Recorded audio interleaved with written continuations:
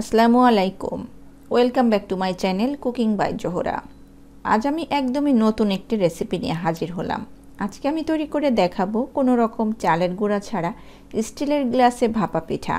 এই পিঠাটা এত বেশি মজা এবং বানানো এত বেশি সহজ, না দেখলে বুঝতেই পারবেন না। ঘরে সামান্য কিছু উপকরণ থাকলে এই রেসিপিটি বানিয়ে নিতে পারবেন। এই শীতে একবার হলেও ট্রাই করবেন। যাকে খাওয়াবেন সে আপনার কাছে রেসিপিটি জানতে চাইবে, এত টেস্টি হয় খেতে।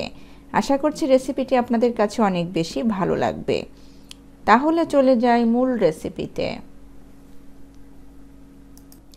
এই গ্লাস ভাপাটা বানানোর জন্য প্রথমে একটি মিক্সিং বোলে নিয়ে নিব হাফ কাপ সুজি। তার মধ্যে অ্যাড করব সামান্য একটু লবণ, 2 চা চামচ চিনির গুঁড়া। এখানে চিনির গুঁড়াটা দিলে খুব তাড়াতাড়ি মিশে যাবে। আরও দিব 2 চা চামচ টক দই। টক দইটা একটু ফেটিয়ে নিতে হবে। এরপর সব কিছু উপকরণ একসঙ্গে একটু মিশিয়ে নিব। দেখুন, এভাবে করে হ্যান্ড উইক্সের সাহায্যে মিশিয়ে নিতে হবে।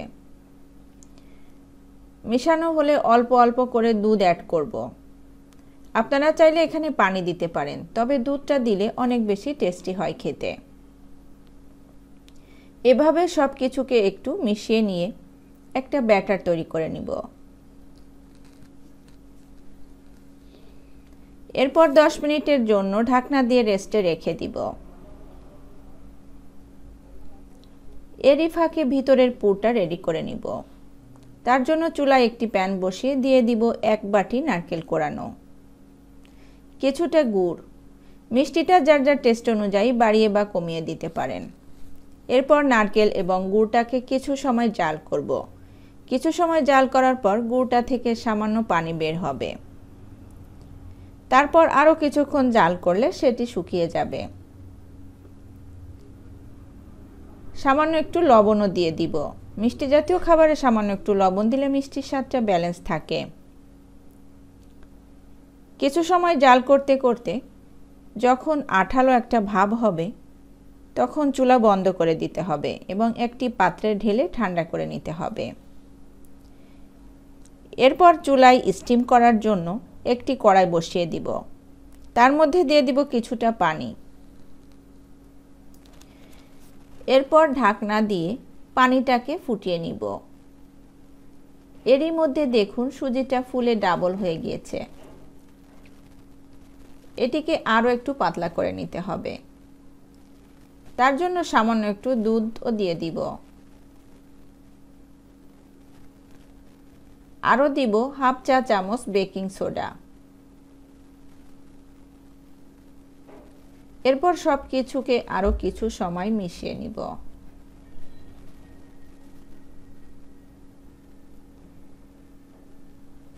একটা চামচ দিয়ে দেখিয়ে দিচ্ছি, দেখুন এই রকম ঘনত্বের হবে। এরপর এটিকে সাইডে রেখে দিব। তারপর যে নারকেলের পুরটা বানিয়ে রেখেছিলাম সেটি ঠান্ডা হয়ে গিয়েছে। এটিকে একটু হাত দিয়ে লম্বাটে শেপ করে বানিয়ে নিব। হাত দিয়ে চেপে দিলেই একদমই পারফেক্টভাবে হয়ে যাবে। তারপর আমি এখানে একটি স্টিলের গ্লাস নিয়েছি। সামান্য একটু তেল দিয়ে ব্রাশের সাহায্যে চারিদিকে লাগিয়ে দিব।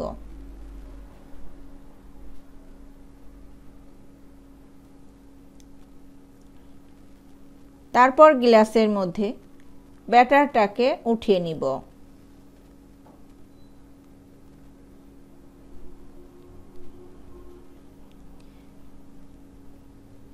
দেখুন পুরোটাকে উঠিয়ে নিয়েছি। এমনভাবে নিতে হবে যেন গ্লাসের অর্ধেকটা ফাঁকা থাকে। এরপর যে নারকেল এবং গুড়ের মিশ্রণটা বানিয়ে রেখেছিলাম সেটিকে মাঝ বরাবর বসিয়ে দিব। একটু এক্সট্রা থাকবে। এই গ্লাসটা পুড়ে গিয়ে এটিকে কভার করে নিবে। এরপর গ্লাসটা ধরে ফুটানো পানির মধ্যে বসিয়ে দিব এবং ঢাকনা দিয়ে ঢেকে দিব।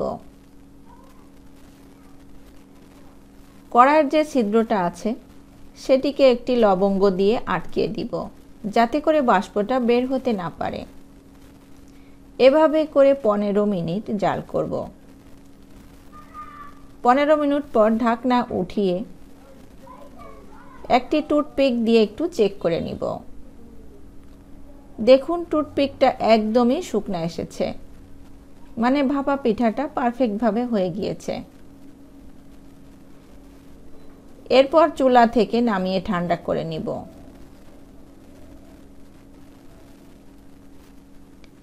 তারপর গ্লাস থেকে তুলে নিব। এরপর ছুরির সাহায্যে ছোট ছোট পিস করে কেটে নিব। দেখুন কত সুন্দর দেখতে লাগছে, খেতে আরো বেশি মজার। যারা আগে খেয়েছেন তারা তো জানেন, আর যারা খাননি তারা একবার হলেও বাসায় ট্রাই করবেন। এটি খেতে এত বেশি মজা লাগে, না খেলে এর স্বাদ বুঝতেই পারবে না। আশা করছি আমার আজকের এই রেসিপিটি আপনাদের কাছে অনেক বেশি ভালো লেগেছে। রেসিপিটি ভালো লাগলে লাইক, কমেন্টস এবং শেয়ার করতে ভুলবেন না। সেই সাথে আমার চ্যানেলটাকে সাবস্ক্রাইব করে অল বাটনে একটা ক্লিক করে রাখবেন, তাহলে আমার কোনো ভিডিও আপলোড করার সঙ্গে সঙ্গে নোটিফিকেশন আপনাদের কাছে পৌঁছে যাবে। আর আপনারা যারা আমার ফেসবুক পেজ থেকে দেখছেন, লাইক এবং ফলো দিয়ে না রাখলে প্লিজ লাইক এবং ফলো দিয়ে রাখবেন, তাহলে আমার কোনো ভিডিও আপলোড করার সঙ্গে সঙ্গে নোটিফিকেশন আপনাদের কাছে পৌঁছে যাবে। ভালো থাকবেন সবাই। আজকের মতো এখানে বিদায় নিচ্ছি। পরবর্তী রেসিপি দেখার আমন্ত্রণ জানাচ্ছি। আল্লাহ হাফেজ।